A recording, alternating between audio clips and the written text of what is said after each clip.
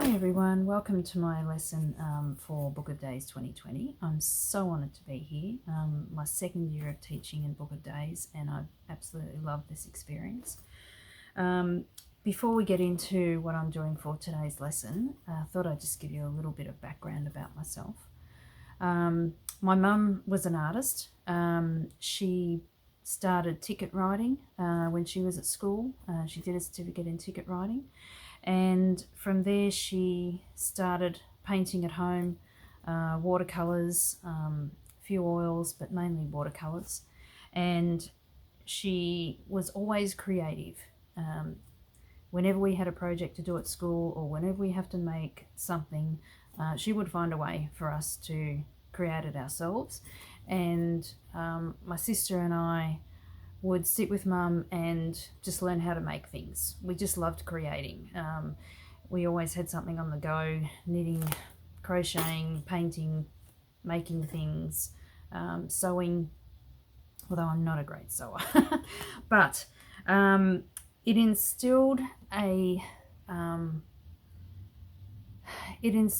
me the sense that I could have a go at anything, and if I wanted to try and make something, then my mum always encouraged me to have a go and try it, and we would figure something out. My mum and dad were both very creative and self-sufficient in what they could do. We just got in and had a go, and I think that helped me with my exploration of different creativity activities. So we started. I used to sit down and draw after school.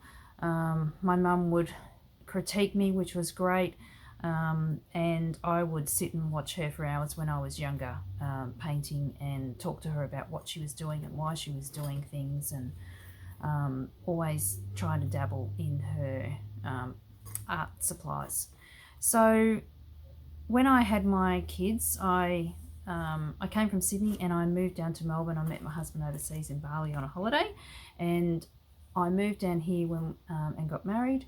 And then when I had children, my art sort of took a bit of a back seat then.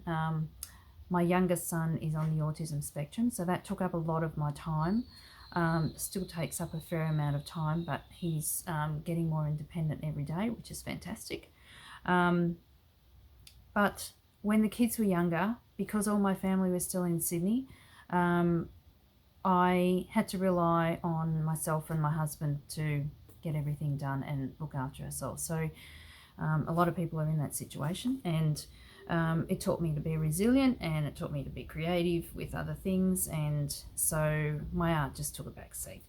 One of my neighbours then, when my oldest son went to kinder, said, "There's a folk art class going around the corner. Did you want to come and do something on a Friday?" And I was only too happy to try something. So I went and started with folk art, moved on to decorative art. A lot of years later, we have a little art society that I'm part of, and we just dabbled in different things. Lives change and things get in the way sometimes. So we have been being part of the Flower and Garden Show in Melbourne every year, and we have exhibited our art there. But I was always looking for something to do at home. I only had my laundry at that stage for my artwork, and I needed something a bit more portable and a bit quicker to do. I didn't have to get out an easel or anything like that. And I stumbled across art journaling, and I saw a few videos online and thought, what is this art form? This is fantastic. It looks fun. So I actually began Book of Days with Effie in 2012, and this is my first. We did it in an altered book, and I fell in love with it. I couldn't get enough, and I've been part of Book of Days ever since. Can't believe that it's actually been that long taking that class, but yeah, I couldn't go. I couldn't see my life without doing some sort of art journaling. I love the combination of the written journaling.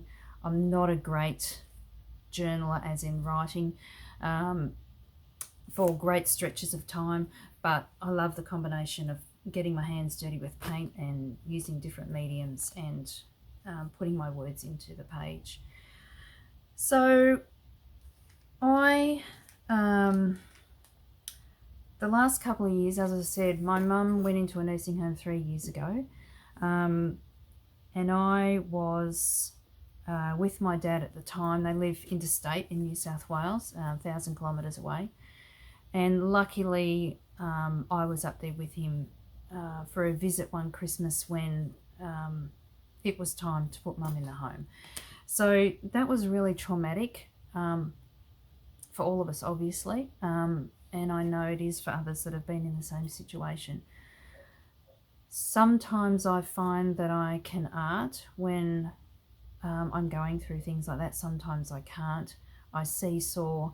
I used to put a lot of pressure on myself because I thought, why can't I use this art form to get me through this trauma?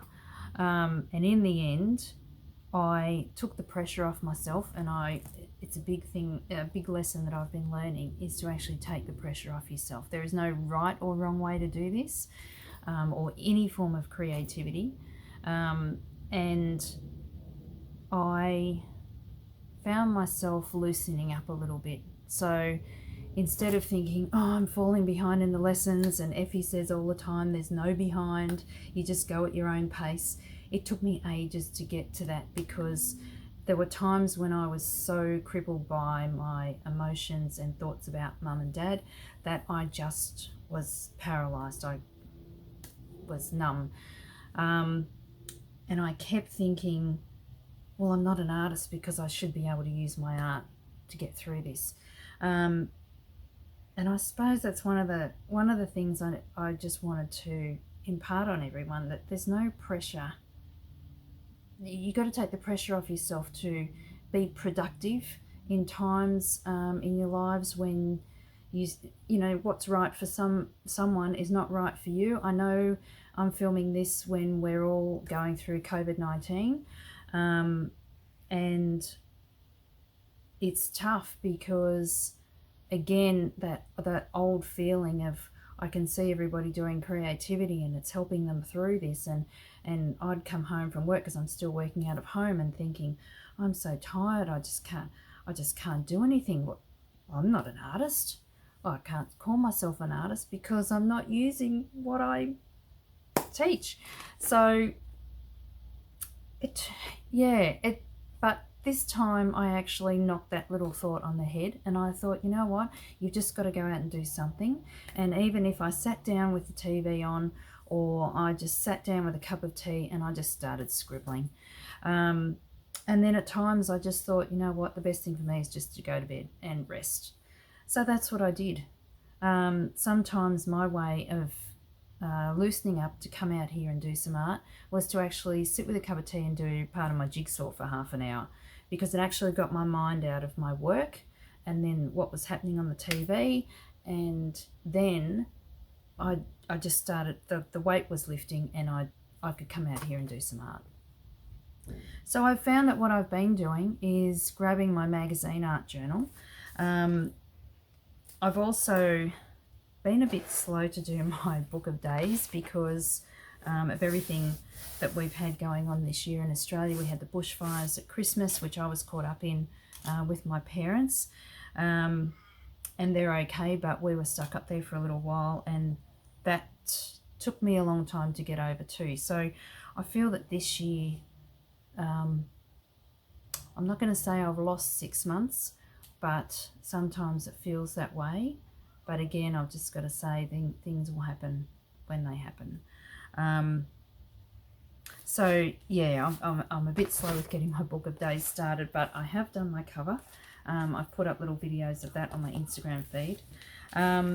But the last couple of weeks I've been getting out my magazine art journal. So I've just turned little, if you're in my book, in Book of Days last year, you saw one of my bonus lessons was how to turn a magazine into an art journal. And I've just been doing little videos of these. So one of these pages will be the bonus lesson. I'm not sure which one yet, so I'll decide that.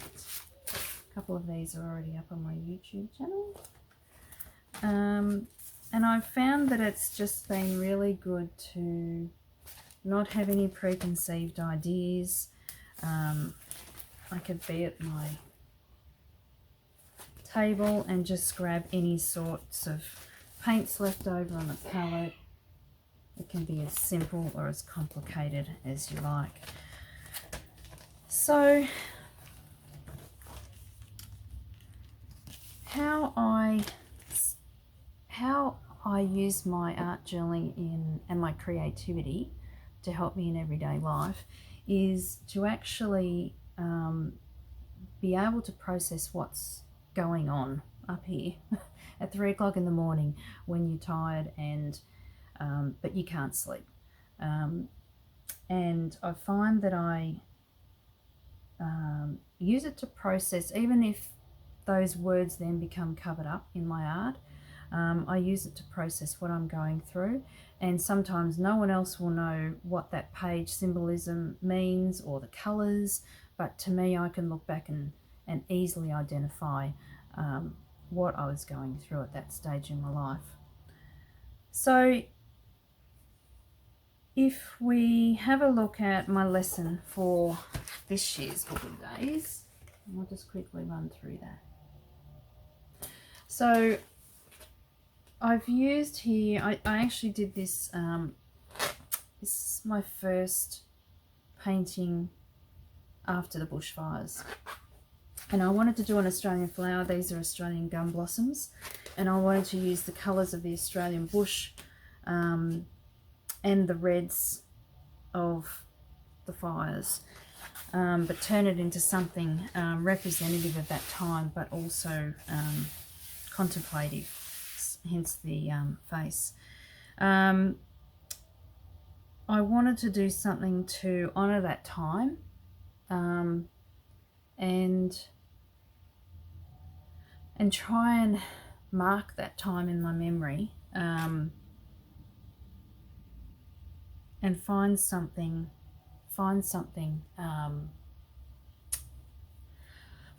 way to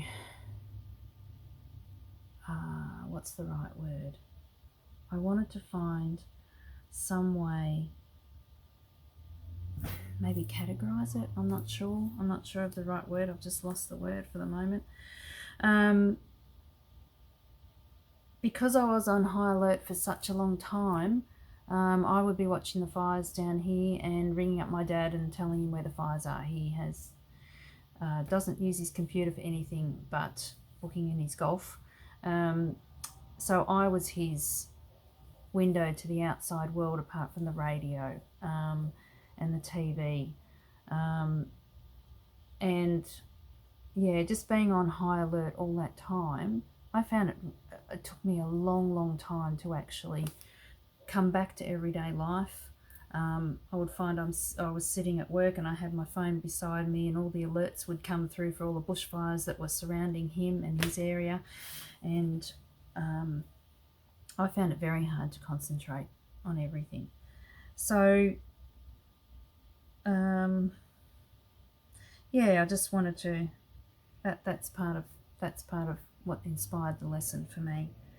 I seem to be drawn to these sort of colours.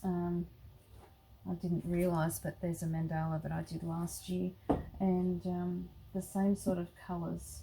The page was actually inspired by a painting that I did for the flower show, which I'm going to frame.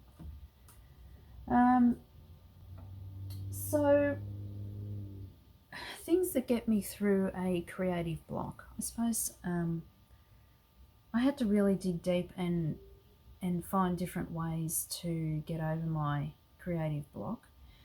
And there's just little things, like you can see I'm wearing a shirt that I've just painted on. I just went to Kmart and bought a $5 white shirt, and then just got the brayer out and just brayed paint all over it. Every time I put this t-shirt on now, it's like a signal in my head that I'm going to just sit down and create. Now, whether all I'm doing is just gessoing a canvas or gessoing a few pages, whether it's just throwing down one layer of paint, whether it's just writing all over the page, it doesn't matter. It just allows me, it helps me to switch off from what's going on during the day. I light my candle. I have a candle and I light my incense. I have everything around me that at my fingertips that I sort of feel like that I need. I bring out books that I've been reading, pictures that I've found in a magazine. Yeah, so it doesn't, there's no one formula for getting out of a creative block. There's no one formula for working with trauma or challenging times, deep set emotions that are troubling. I know as a carer, I'm a sandwich carer, a sandwich generation carer they call it now, because I'm caring for my parents, long distance, and I'm also caring primary carer for my youngest son. So I know how valuable it is to be able to have creativity in your life when you're going through challenges. I'm at the moment developing a in-person course when we're allowed to get together in groups again, for carers of people with disability. So that's an exciting project for me. I think carer stress is on the rise. I know in this country, and I'm sure everywhere else. And I just felt there was a need for the carers to look after themselves. And if I can show them ways for just an hour or two a week that can give them the tools to actually look after themselves, a little bit of self-care, then that's my aim. So yeah, you can tell that I love this art journaling form. I still do canvases. I still like standing up and throwing paint around and flinging it everywhere and making marks and things like that. But my art journal is the place that I can always come back to for a bit of solace.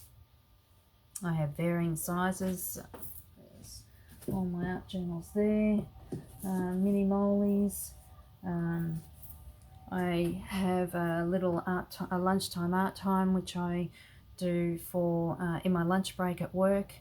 I just take my little watercolor pencils or Tombow markers, and I have a little journal, and I just sit at my desk at work and do some drawing. So whether that's just drawing a mandala or whether that's sketching a face or whatever it is.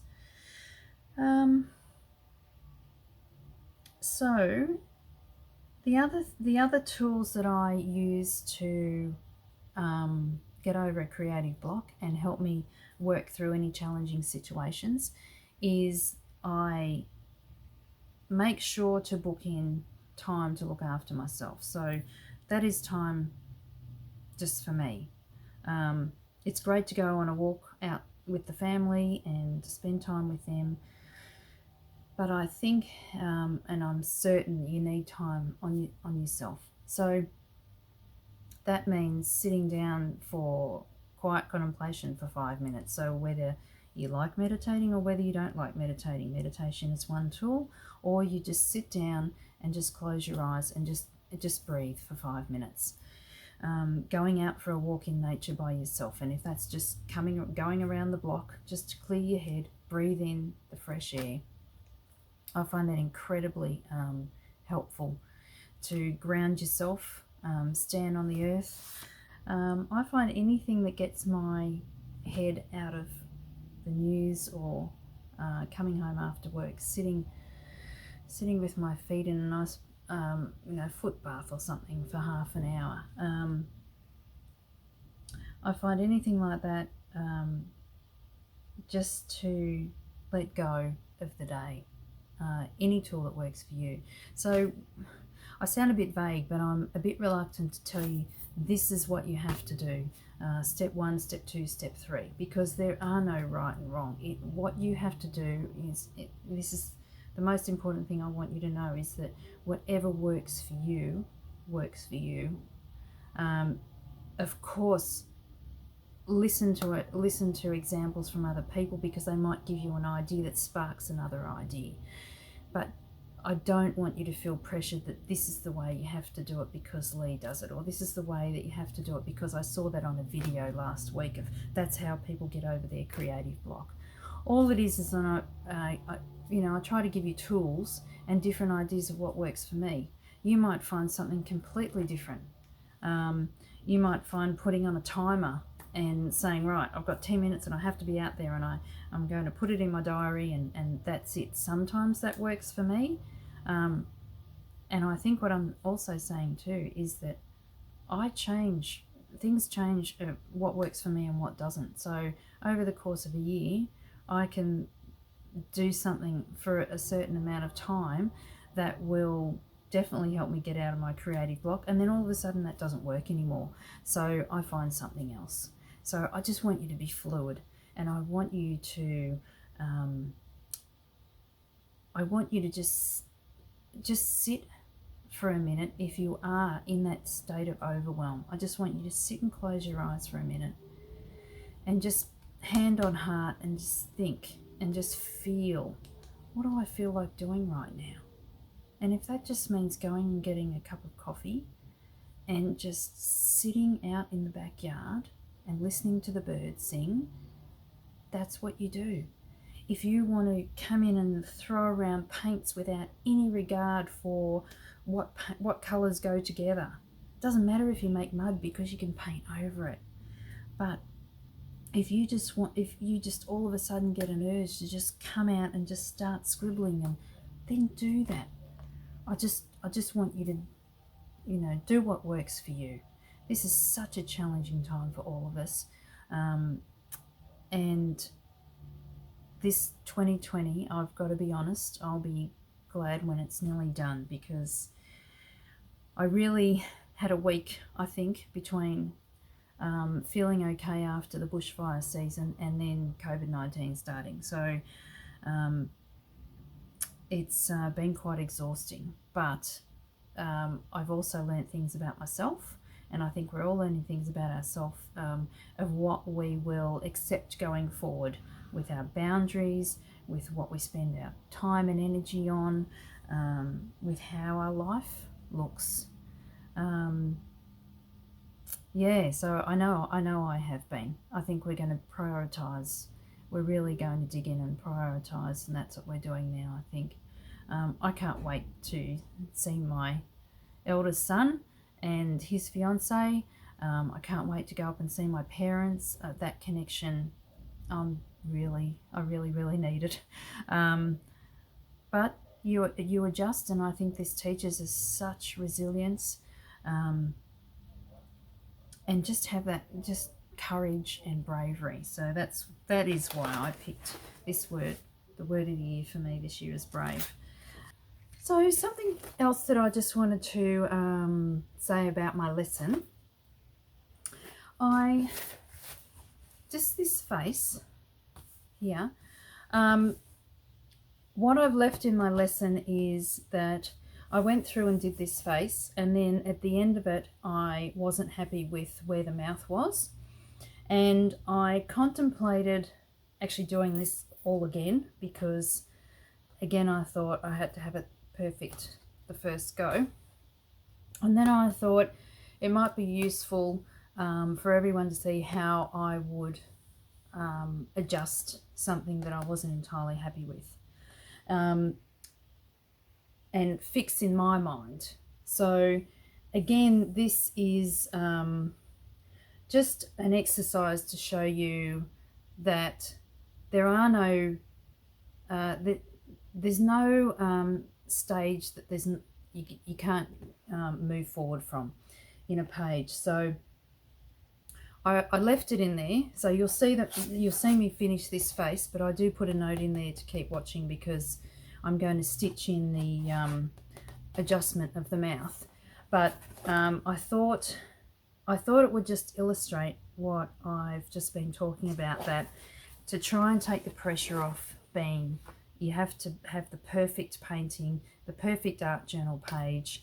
It has to be like such and such, or it has to look realistic. Well, it doesn't have to look realistic. It just has to be an expression of you. So as Evie often says, art journaling is a way to meet yourself on the page, and that's what I always try and have in the back of my mind, that your art journal page is an expression of you. It's not an expression of anybody else. You can be influenced by other people. You can be inspired by other people. You can use quotes from other people to inspire what you're going to paint.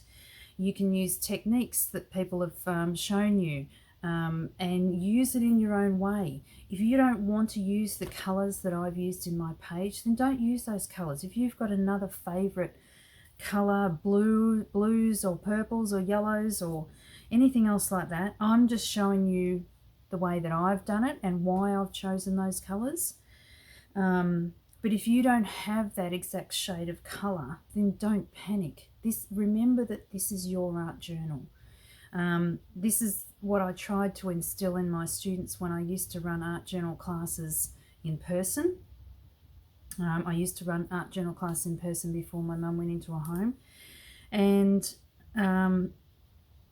I tried to instill in them that all I'm doing is demonstrating something for you as a jumping off point. So I don't mind if you actually copy exactly what I've done, or if you go off on a different tangent. Say you don't want to do these gum blossoms, then that's fine. If you don't want to use that quote, then don't use that quote. Use a quote that means something to you. If you've got another flower that is your favourite, I want you to use that one. So don't feel that it has to turn out like mine. I think of this as just inspiration. If this inspires you to sit down and express yourself, what's in here on the page, then that's what I want to happen. I just want people to love art journaling as much as I do, and creativity, and being able to find joy in no matter what creative pursuit that you're undertaking. Yeah, that's it. I just love doing art so much. I don't get as much time to do it as I'd like, but I am learning through being locked down and things like that. Even though I've still got to go outside to work, I'm still finding that I'm readjusting how I spend my time, and finding time to do things that really feed my soul. That's just another little side note that I wanted to make about my art journal. But I know I'm probably repeating myself 5 different ways, but I think it's a really important message. Of you want to know how creativity works for me, then that's what creativity means to me. It is the ultimate self-care, and by caring for yourself, you then have more capacity, or you're better able to be grounded while you care for others. And I think it helps you tap into your own energy. So to leave, that's something else that I thought of too, is that for me, creativity is actually helping me tap into my energy. With everything going, I pick up a lot of energy around me. I care that other people are hurting, and I feel I end up picking that up because I feel for them so much, and I'd love to do something to not have them hurt as much. But I realise that you can only do so much, and as long as you offer support and love and kindness, then you've also got to be loving and kind and compassionate to yourself, because I just think that makes me better able to care for others. So I hope this inspires you to sit down and spend some time on yourself. You don't have to block out an hour. You can only, if you've only got 10 minutes to just do one layer or do one little section, then that's all you need. I don't want you to become overwhelmed by thinking that you have to sit down and do this perfect, because there is no perfect. Okay, so yeah, that's all I have to say. Okay, I'll see you in the classroom.